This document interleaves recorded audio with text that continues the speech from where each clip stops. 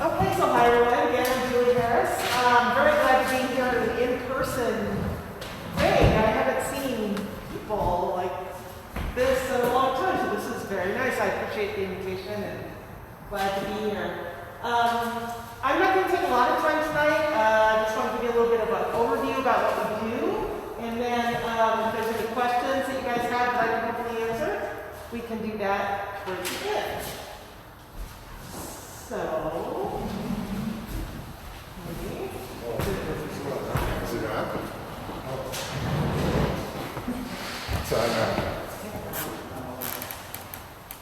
Come on.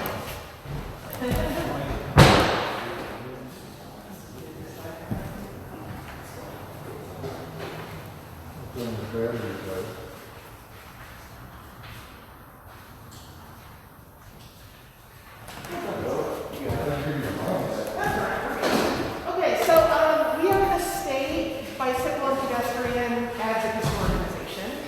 So this, where I was just out, and my parents are in Scottsbluff. I was born and raised in Scottsbluff, so I'm painfully aware of just how big the state is and how long it takes to get from here to there. But we cultivate safe and accessible active transportation in Nebraska through partnerships, education, and advocacy. And you might have known us previously as the Nebraska Bicycling Alliance. That's kind of how we started. And we rebranded a couple, 18 months ago or so, because even from the beginning when we were Nebraska Bicycling Alliance, everything we did was about biking and walking. I mean, my background, it's hard for me to separate the two when I talk about safety in the streets and how we can make it safer. And we were always doing work that also helped pedestrians. So when we rebranded, we decided our name needed to, and our mission needed to better reflect the actual community. So this is what we do. And I have a slide here that I like to show whenever I talk to local bike clubs or local advocacy organizations, because it really kind of shows where we lie on this framework, what we do, and how we can work together and where we sort of intersect. So I always talk about how the path to sustainable change, we can do events, we can do programs, we can try to change procedures within our cities or our state governments. And then there's policy change. And as you get further across on this graphic, the changes that you'll see become more permanent, become more sustainable for the long term. I mean, you could do an event, and bike clubs typically focus their energies here. And I'm sure you guys have events and rides that you do, and so on and so forth. And those are great. They raise awareness. They get more people involved. They recruit more people who join the cause. If you do some more programs that happen a little more often, people start to know, that all the bicycle clubs doing this and that every month. They're having a meeting or whatever. And then we spend most of our time working on this side. And that means working with the state government, the Nebraska Department of Transportation, local governments if needed, and other folks like that are looking at the big policy changes, the laws, the statutes that will impact safe and accessible biking and walking. That's not to say that we don't ever do any of this on this end, but we try to keep our focus on the far end of the spectrum. And with the local groups doing all of this, and we add our work over here, then we've kind of got that full complement of things happening.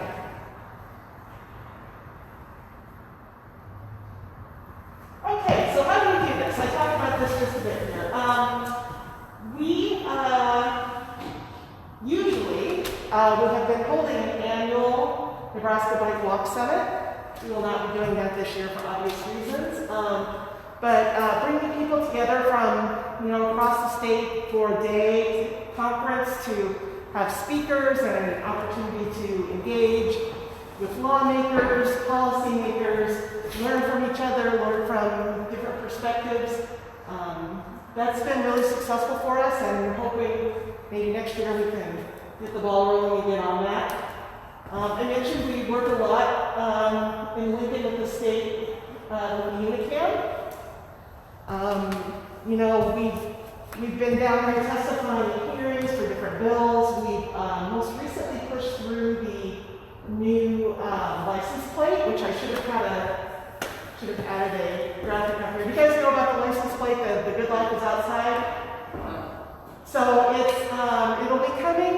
They're a little bit delayed because of COVID and everything else, but hopefully in 2021 you will have the option to choose a new license plate that is the good life is outside, and it kind of shows a trail and a person walking and a person biking. And it's going to be the inexpensive kind like the mountain lion plates are. And all of the money that comes in will go to the Game and Parks Commission to go towards trail construction and maintenance. They're customizable, so if you want to put your name on there, you can do that if you want. At any rate, that was the most recent thing we pushed through with Senator Hilkeman from Omaha. He's a very avid cyclist and a state senator. So that's, we spent a lot of time in the beginning of the year mostly working on things like that at the Capitol. This is at Omaha City Hall. We've certainly been to Bellevue, to City Hall to talk about things that people have been concerned about, whether it's the Fort Crook Road bike lane or whatever it might be. If there are local issues that we can help, if the local group wants to have us come and help amplify their message, we absolutely are happy to do that. This is at the National Bike Summit. Again, it was canceled, and we just found out today that we're going to canceling this coming year. You're really looking closely, you can see that this is Rita Sanders right here, former Bellevue mayor and legislative candidate. She came with us 2 years ago to the Bike Summit. And that's a really great opportunity to meet with advocates from all over the country, receive all kinds of training. And then we go to Capitol Hill and actually meet with staffers from Senator Sass and Fisher's office and Fort Berry and Macon and Congressman Smith. So keeping an eye on that federal piece is another thing that I spend some time on. The Nebraska Department of Transportation finally changed their name from the Department of Roads a few years ago, finally. And I do a lot of work with NDOT. We finally convinced them to create an active transportation committee there, and we're working on a variety of policy changes internal to the Nebraska Department of Transportation that will help try to make things safer. For those of you who are road bike riders, the rumble strips on the side of the road, we were able to convince them to change their policy to put some gaps every so many feet in the rumble strips so that if you need to get off the shoulder, you don't have to have all your teeth fall out. You can take a little spot to get onto the road that way. We're really working hard with them on trying to understand how state highways become Main Street once they hit, you know, the boundaries. Every highway that runs through a town becomes a Main Street. And they really need to start thinking about how those roads, how those highways impact the citizens of those local communities. And unfortunately, we're very close to a spot where that was an issue here last year, and I'll get into that a little bit more later, but certainly we do a lot of work with NDOT, probably more than with them than anyone. And then lastly, we have a thing we're working on right now with bicycle tourism. We're trying to figure out ways that we can look at the Cowboy Trail that goes across the northern part of the state, or the Mopac Trail that we can hopefully get connected between here and Lincoln, to find ways that we can support not just the construction, but the little towns along those trails, because we know the bicycle tourism is a huge untapped thing here in Nebraska, and all of our little towns that are along these trails really stand to gain a tremendous amount if we could get some pretty consistent bike tourism going. People who want to come from across the country and ride across the state. Eventually, the Great American Rail Trail, you'll be able to go coast to coast, and the Cowboy Trail serves as part of that route as well. So we're trying to find ways that we can make that happen, and especially now in COVID era, bicycling, as you probably know, is booming. Bike shops can't keep bikes in stock, parks, you can't hardly get parts. And I'm finding that bike tourism is one of the few tourism things that is pretty pandemic friendly. You know, you can get out and ride a bike, even though you may not want to get on an airplane and go to Disney World. Maybe getting on a bike and riding on the Cowboy Trail is a much better alternative. So, although you have to realize there was a couple from Denmark that came through town. They rode the Cowboy Trail to get down here. I mean, they actually left from Los Angeles. oh yeah? They are down in Orlando, so they did go down to Orlando. They're in Universal City today. Oh, good to know. Good to know. Yeah. So these are kind of the main things that we've been working on. And unfortunately, we also do way too much of this. And this is the intersection in Blair, where the two highways come together right on Main Street.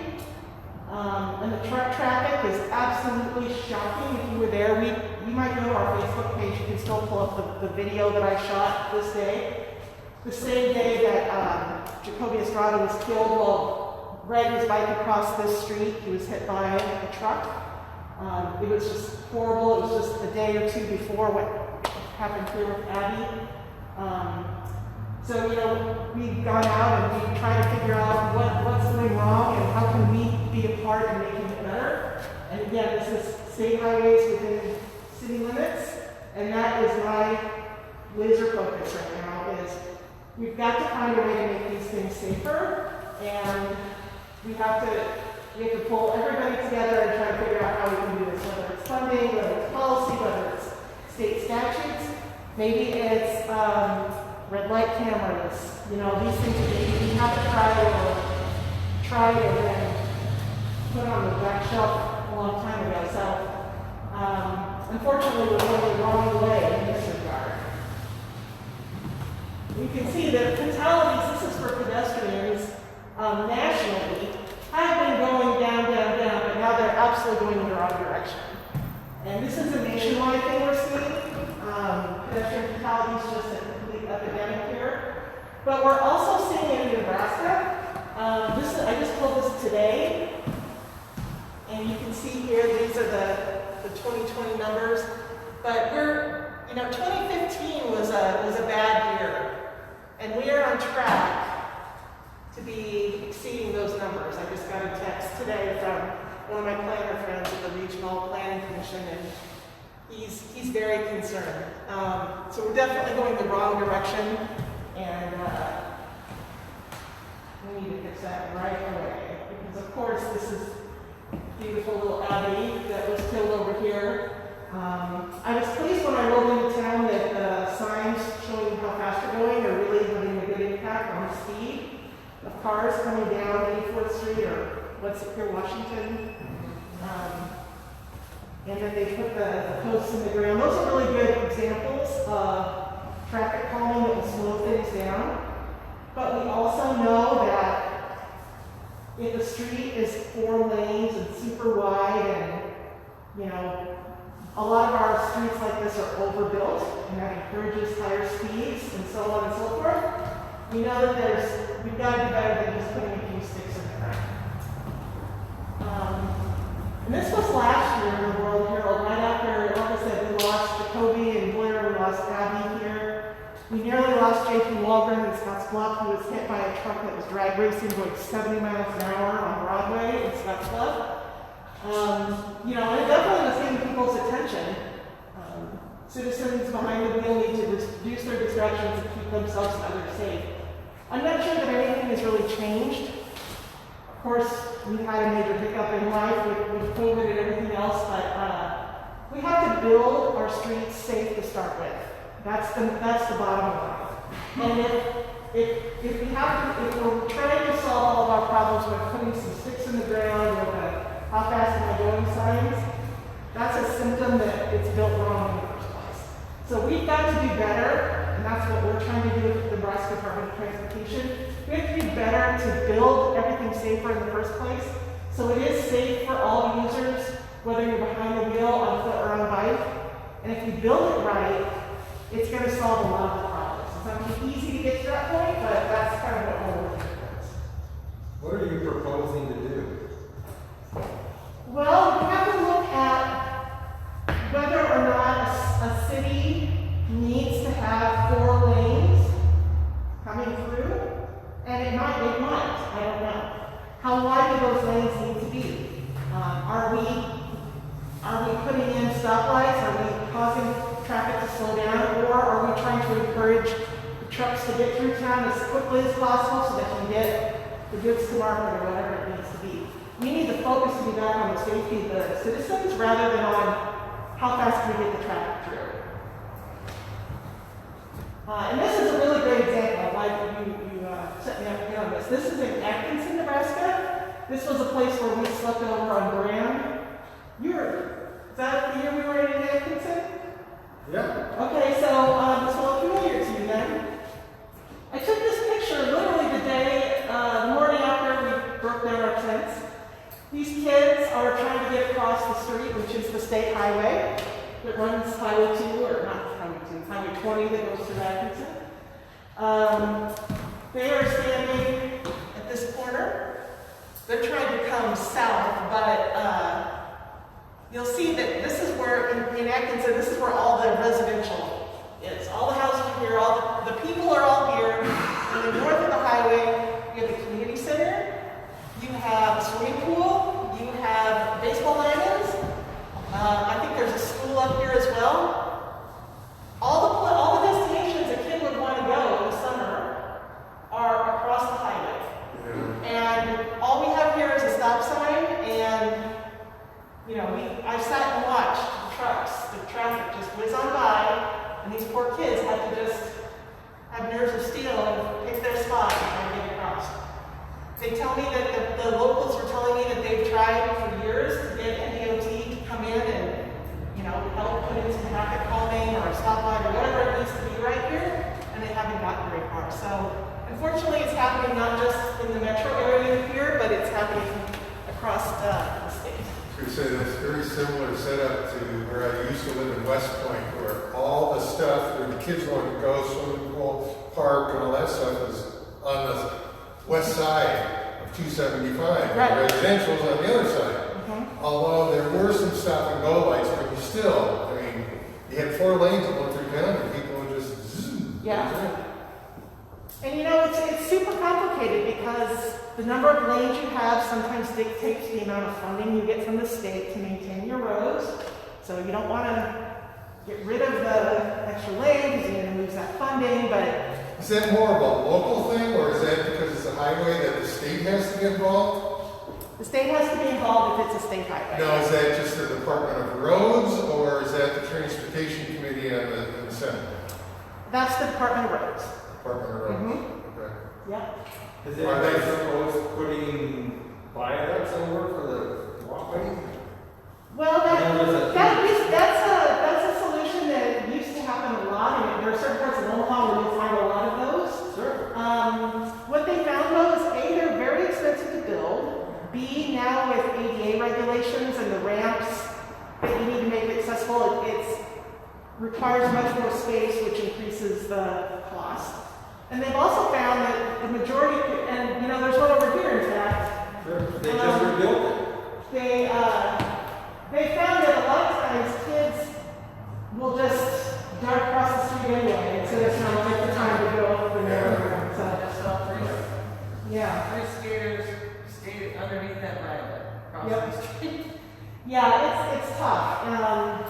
But a better solution, a cheaper solution, would be to calm the traffic and make the intersection safe for everyone, rather than use all this money to build an overpass. But ultimately, the Senate's still got to be involved because it's funding that's going to help get that through. That's right. And everything, even though the Department of Transportation isn't led by an elected official, there's still, that director is appointed by the governor. There's still a lot of politics involved.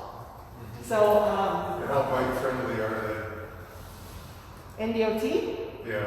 they've gotten much, much better since we first started working. But it's not just bike friendly, it's pedestrian. Yes, absolutely.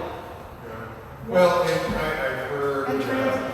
from a senator that I talked with regarding some, cycling issues, and he's a cyclist too. So I mean, so he's pro.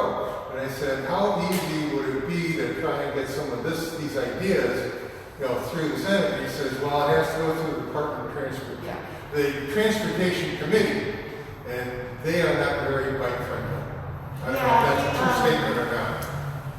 Well, the Transportation Committee, I've been told, is like the one that nobody wants to be on, and so people get stuck there whether they want to be there or not, in a lot of cases, I think. Okay. But a lot of this stuff is policy and procedure stuff internal to NDOT. Now, if we wanted to try to get red light cameras installed that would ticket people automatically for running red lights, that would require a state statute. Yeah. Change. There are some of those types of things that would require state statute change. But a lot of how they design the roads, how they design the streets, and that's all internal.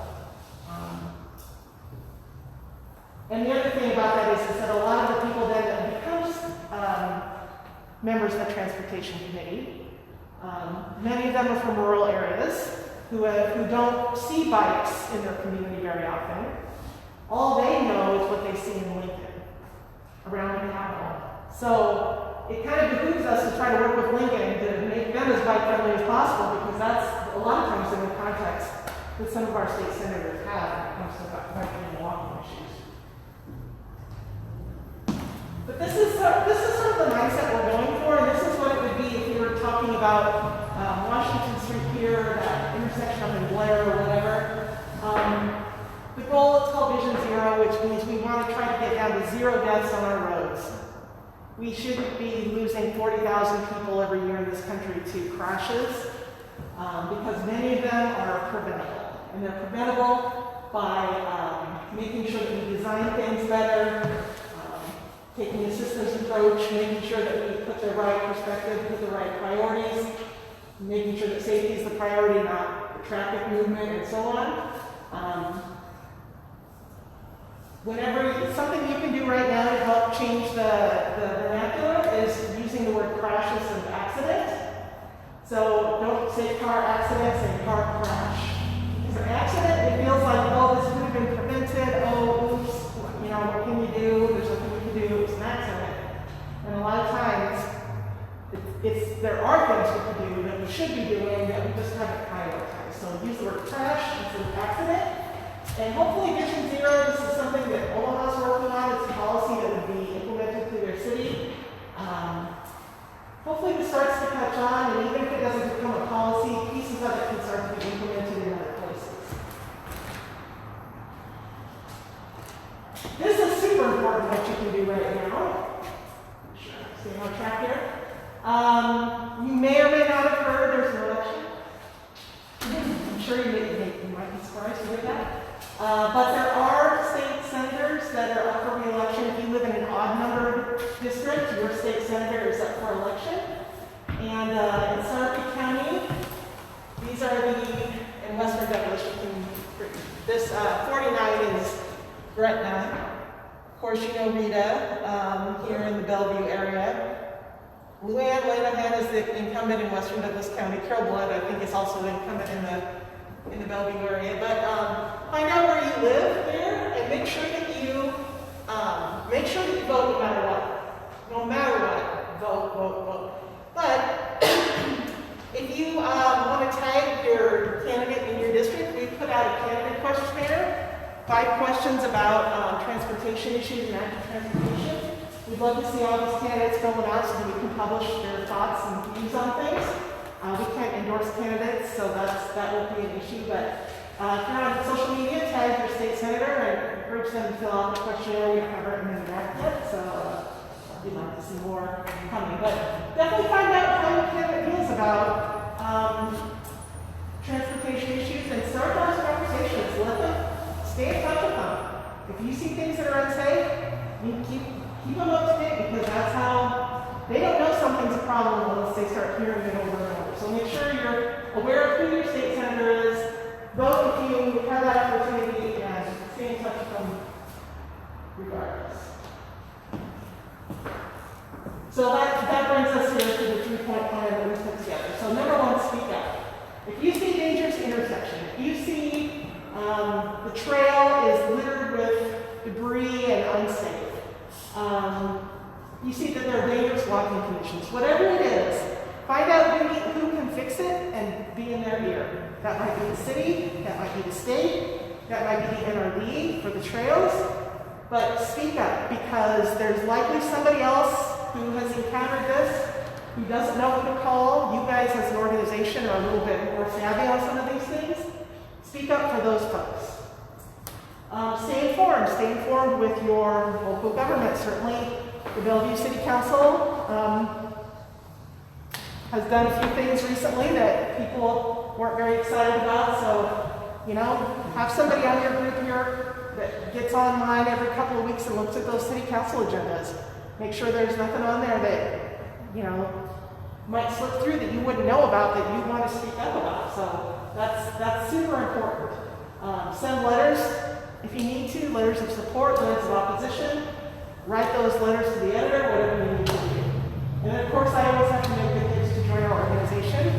Here we are funded by grants and donations and memberships.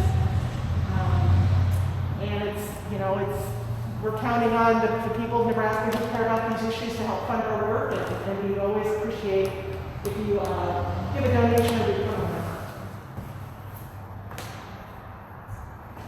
So that's just a quick snapshot of where we are, and we're still on time here. Is there any question out there that I can answer, or concern you've seen, or anything else I can enlighten you about?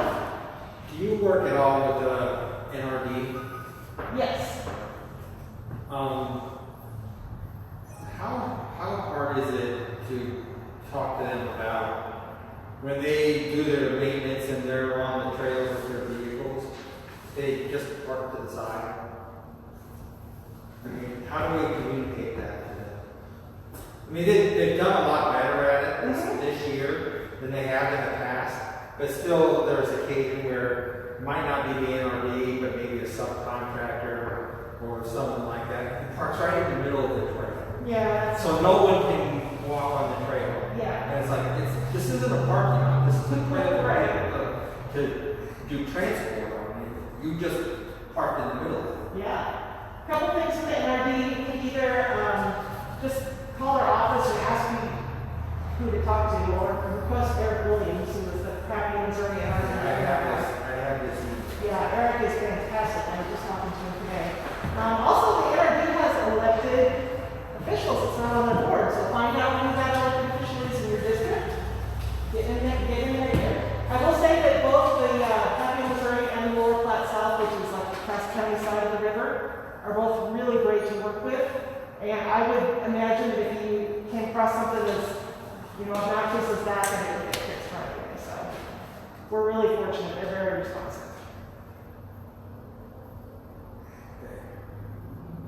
Other questions? Did you guys see the signs we got between the the south, when you get across the Lee Bridge, hopefully which will open next year? We're trying to get that. We can't get those two pieces of the Millpack connected, but we do have signage now that will show you how to use the gravel roads to get between the two disparate points of the trail. So we work with the NRDs on that as well. What does it look like being able to get those connected anytime soon? That's also very political. It's like a 20-year issue. People have been trying to get it done. And funding is a big issue, but Cass County commissioners and some of the local residents are not necessarily local landowners, not necessarily very excited about it. But, there's change happens, and bike tourism is certainly making a good case for us. So, I don't know, we'll see. It won't be anytime soon. The Lee Bridge will be open, will be fixed soon, but the Sarpy County side trails that lead up to the bridge are still washed out and won't be fixed until the spring. So it won't be until the spring until you can get across the bridge and carry on after that.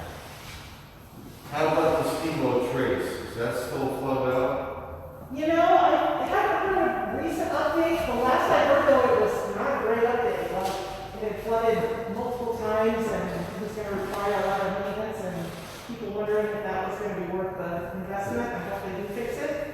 I haven't heard an update super recently. All right, well, that's it for your meeting, man. I really appreciate the time. Stay in touch. That's my info here. And certainly, if there are any issues in Bellevue or down here, something that you need our help with, have questions about, need our extra voice to amplify, that's what we're here for, so let us know. Yeah, I think one of the things that I wanted to work with our Senate on was, one of the simple things would be just so that people understand what the laws are, the drivers. There's so many, as cyclists, we all sort of know a little bit, okay, we stop behind the side, crosswalks, and we watch the cyclists, but a lot of the drivers don't, and they'll stop right in the middle of a crosswalk. I mean, that happened to me just yesterday. Again, and I had to scoot out like this and come across to get in the thing. Now, I did that once in June and I cracked some ribs in the fall. So, I mean, it wasn't fun. Yeah. So, just getting something that would be put in the, let's say, the driver's license renewals or even your car renewal saying, hey, this is what the law is. Give it 3 feet minimum to a cyclist. They have every right to be on the road as well, and do not stop at a crosswalk. Those couple of simple things would be very helpful. Yeah, we did get the driver's manual updated a couple of years ago to be much more robust with biking and walking, but so few people take the actual written test anymore. It's only like 7% every year they have to take it. And I'm sure, raise your hand if you've run out your state driver's manual. I didn't see the update on the driver's thing until we did the Ride of Silence last year. Mm-hmm. We actually put out a flyer with the DOT driver's manual concerning cyclists. One of the things about with the hand signals and that sort of thing. But like you said, most people don't have to take the test, so they never look at that book. Oh, yeah. So how do you get it in front of people? I mean, that